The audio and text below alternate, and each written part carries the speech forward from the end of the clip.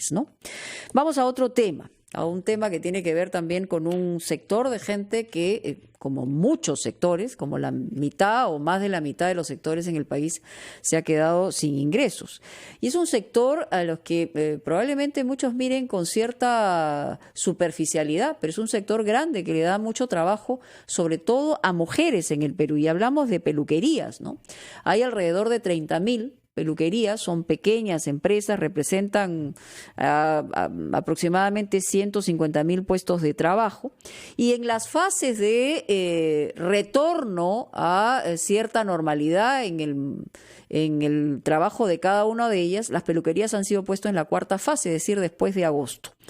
Estamos con un miembro del movimiento Juntos por la Peluquería, que es el señor Nelson Sánchez, para conversar sobre este tema y sobre este gremio y las preocupaciones que también tienen. Señor Sánchez, bienvenido. Hola, Mónica, ¿cómo estás? Bueno, mi nombre es Nelson Sánchez, yo soy uno de los voceros del grupo del gremio de la peluquería, de todas las agrupaciones. Sí. Y básicamente lo que queremos es algo que ya hicimos, decirle a la población, algo que ya hicimos, es entregarle al gobierno el protocolo de bioseguridad que preparamos de acuerdo a los procesos que tenemos dentro de los salones. Ya.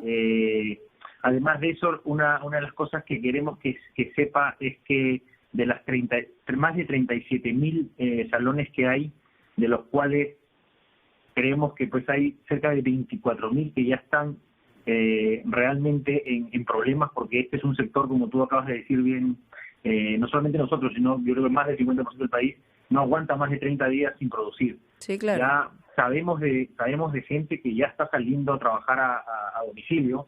Y eso también es riesgoso, ¿no? Es peligroso. Claro, súper peligroso, ¿no? Súper peligroso porque además no tienen claro cuál es el protocolo, qué está aprobado, qué no. Recién hay una resolución de hace un par de días, pero la gente ya no aguanta y ya nosotros se nos acaban un poco los argumentos de decirles que se queden en su casa, ¿no? Ya como dueños de salones ya se nos acaba la caja para poder mantenerlos en su casa y la gente está realmente saliendo a trabajar. Y lo que queremos es que el gobierno, así como nosotros, se dé cuenta de que por más que querramos parar la pandemia, lo que tenemos que hacer es con medidas estrictas, y con eso sí estamos de acuerdo que si alguien no las cumple, pues se cierra el negocio. Claro, lo que pasa es que la capacidad de supervisión y vigilancia es también muy corta en nuestro país, pero lo cierto es que hablamos de un grupo humano, digamos, si hablamos de 150.000 personas, estamos hablando de 150.000 personas muy importantes dentro de familias que son 2 o 3 personas a la vez. O sea, hablamos de un sector que le da trabajo a mucha gente y sobre todo mujeres, entiendo, ¿no?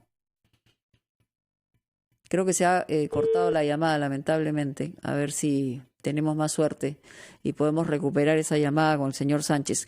Hablaba de que había entregado un protocolo de atención al cliente, al gobierno, y entre ese protocolo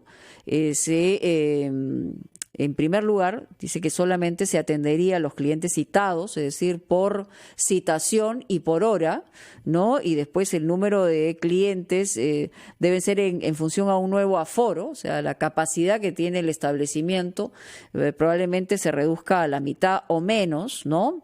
La persona encargada de recibir al cliente debe estar con una mascarilla, con lentes, con protección facial, etcétera, ¿no? Para evitar contacto y, por supuesto, el saludo tiene que ser lejano, ya olvídense de los abrazos, más de 1 metro de todas maneras. A ver, señor Sánchez, si lo recuperamos. Lo que yo estaba haciendo era un poco dar cuenta del protocolo que ustedes habían presentado al gobierno. Y lo que usted nos señala es que no han tenido ninguna respuesta, pero también le hablaba de el número de familias que dependen de esto y sobre todo son mujeres, ¿no? Que son cabezas de familia. Sí, el 90% del sector está manejado, sabiendo que más o menos pues el 85% son unidades de producción chiquitas o salones de no más de 2 o 3 personas, ¿no? Más o menos 34.000 es eso, ¿no? Son esas unidades de negocio chiquitas y de esas el 90% dependen solamente de mujeres, ¿no? Que mantienen más o menos a unas 750.000 personas, ¿no? Familias en general. Claro, lo que yo decía es que es muy difícil la vigilancia de negocios tan pequeños. Entonces, de alguna manera el gremio tendría que hacer un compromiso más allá de la presentación de un protocolo que efectivamente... Sí. Te cuento que dentro de la presentación lo que hemos sugerido, porque lo que hacemos es sugerir, ¿no? Al gobierno le toca decir qué cosas va a hacer. Lógico. Hemos sugerido que los proveedores de los mismos salones, pues al salón que no cumple con los requisitos no le provean de productos. O sea, hay algunas maneras que estamos tratando de hacer para que nosotros mismos nos podamos controlar, pero todo esto va de la mano de que el sector tiene que producir, porque si no, todo lo que se plantea termina no funcionando. Si se deja para la cuarta fase, ¿cuál es el porcentaje de empresas pequeñas que quebrarían completamente? O sea, como te digo, de los 37.000 hay un número alto que es 20.000 que terminan siendo unidades de producción. Ok, o sea, esas no podrían seguir adelante. No lo seguirían porque eso trabajan, vamos a suponer, en un mercado hay más o menos unas 100 unidades. Lo que va a pasar es que la gente va a irse a trabajar a domicilio, ¿no? O van a entrar a otros sectores, va a sobrepoblar otros sectores. Y de los negocios formales, de los 17.000, calculamos que más que el 30% ya ahorita ya quebró, y hay otro tanto que no se da cuenta, pero cuando empiece a funcionar y se dé cuenta que no va a tener la misma ingreso de plata, las cuentas por pagar están ahí, apenas empieza a trabajar el arrendatario le va a exigir un pago, también hay otro 30% más que va a quebrar, ¿no? Ciertamente. Entonces es realmente sui generis lo que estamos pasando, pero necesitamos de manera segura empezar a producir. Ok. Le agradezco mucho, señor Sánchez, como vocero de las peluquerías del Perú.